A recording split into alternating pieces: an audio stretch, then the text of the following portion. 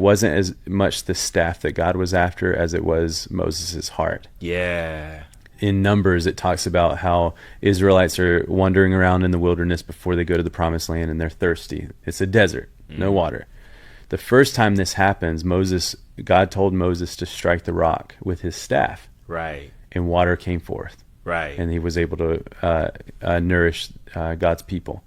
The second time this happened in Numbers, God says, speak to the rock and call the water forth. Yeah. Do not strike it. What did Moses do? He struck it. Yeah. Because he had already seen the miracle through the thing that was in his hand. So he did the same thing again, and he wasn't in tune with what God was speaking, and said, use your mouth to speak to it. Isn't it amazing how Moses' biggest insecurity was speaking, and said, I'm not eloquent in tongue or speech, and God called him anyway?